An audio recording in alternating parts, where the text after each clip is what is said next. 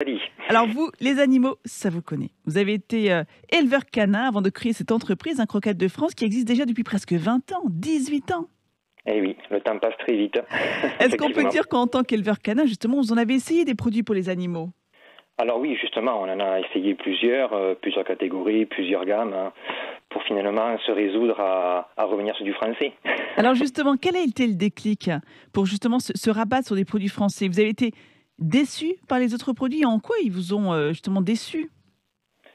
C'est plutôt c'est de la déception, oui et non, c'est on a tout sur place, donc c'est quand même dommage d'aller chercher loin ce qu'on a à côté. Donc je me suis dit, pourquoi pas me concentrer sur du français. Après, c'est vrai que d'avoir tout à côté et de pouvoir visiter le lieu où c'est fabriqué, c'est quand même mieux. Oui, c'est ça, c'est qu'on peut contrôler quand même, il y a une vraie traçabilité, on peut contrôler les conditions dans lesquelles sont fabriqués les produits et par ailleurs, c'était favoriser l'emploi local également.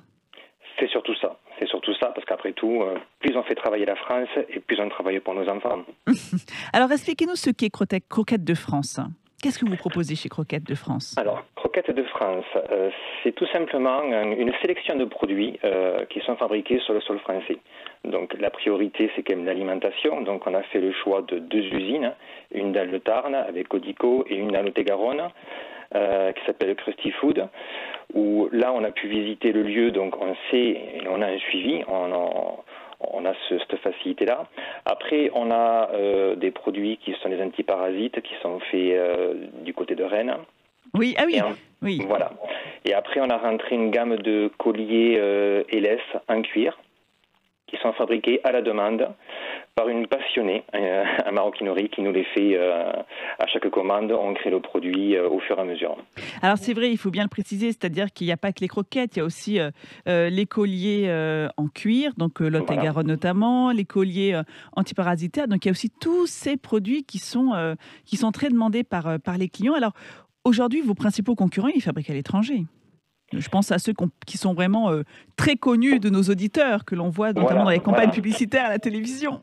Alors c'est vraiment mon combat en fait. C'est qu'aujourd'hui on voit des gens qu'on appelle des reconditionneurs qui sont fabriqués en Espagne ou ailleurs, des gros big bags de 500 kilos qui arrivent chez eux, ils reconditionnent un petit paquet et on marque fabriqué en France. Ouais. Moi c'est un petit peu mon combat, c'est que ce qu'on propose c'est vraiment fabriqué et conditionné en France de A à Z. Quand vous dites c'est votre combat, c'est vous, ce que vous souhaitez, c'est justement faire connaître davantage aux Français ces produits qui sont fabriqués donc du Made in Sud de la France. Donc la difficulté, c'est effectivement changer les habitudes. Changer les habitudes, mais il faut déjà que les gens soient au courant. Une personne qui voit marqué fabriqué en France ne peut pas savoir si c'est fait intégralement ou pas en France. Donc il faut bien communiquer dessus. Ouais. C'est le plus compliqué, hein. C'est vraiment de se faire connaître. Alors justement, les clients, vous avez le sentiment qu'ils sont de plus en plus nombreux à accrocher justement à ce Made in France, à ce circuit court, à une volonté d'être aussi parfois dans des produits plus éco-responsables pour leurs animaux, parce que peut-être que ça coûte plus cher, j'en sais rien, je vous pose la question. Alors, ça coûte pas forcément plus cher, d'autant plus que nous, mettons, on a une gamme de produits qu'on fait conditionner en sac blanc, neutre, afin de vraiment minimiser les coûts. Donc là, on arrive à avoir des produits avec de très bonnes recettes qui sont relativement abordables, parce qu'on est sur un budget moyen, chat ou chien, on va dire on tourne à 1 euro par jour, vous voyez, en alimentation, c'est pas énorme. Les concurrents sont là, ce qu'il faut, c'est communiquer, expliquer aux gens quelle est la différence, pourquoi commander chez nous et pas ailleurs. C'est vrai que le fait de communiquer et d'expliquer comment c'est fait, on arrive à rediriger les gens et à les refaire venir sur du produit français.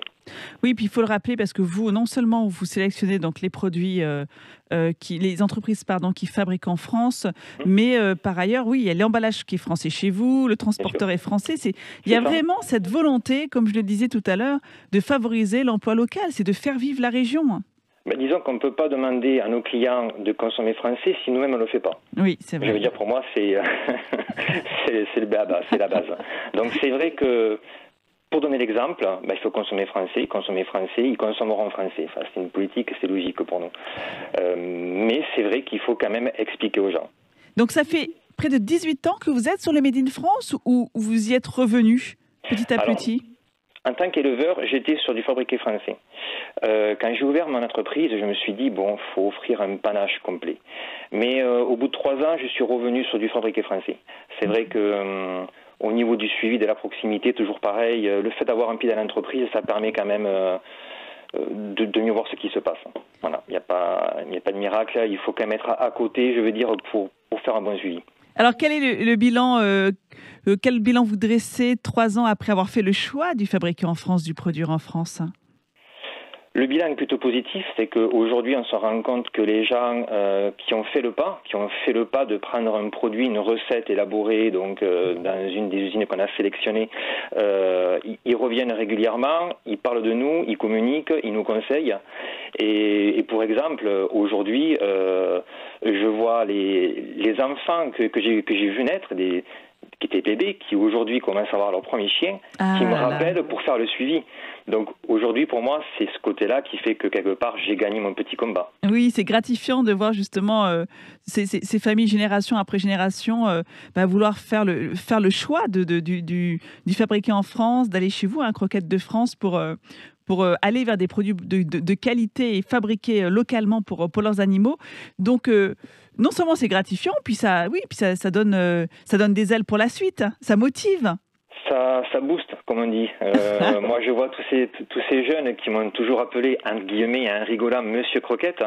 C'est vrai que ça me fait rire, mais ouais, c'est sympa. Ça prouve aussi que j'ai atteint mon but, quoi. C'est de partager mes convictions. Voilà, et puis continuer à se faire connaître. Alors, c'est quoi la prochaine étape, Monsieur Croquette, si je peux me permettre? La prochaine étape, c'est tout simplement de greffer de nouveaux produits et de valider de nouveaux produits, si je peux dire, donc en visitant les lieux de production. C'est vraiment l'étape, c'est d'étendre ce site et de proposer encore plus de choix. Eh bien, vous savez quoi? Tout à l'heure, on va recevoir une entreprise qui s'appelle Reglo Pet Food, qui propose là aussi des croquettes éco-responsables, fabriquées localement avec que des ingrédients naturels et notamment des croquettes protéinées. Donc voilà, et je pense qu'il y a encore énormément de jeunes entrepreneurs qui pourront peut-être être référencés chez vous.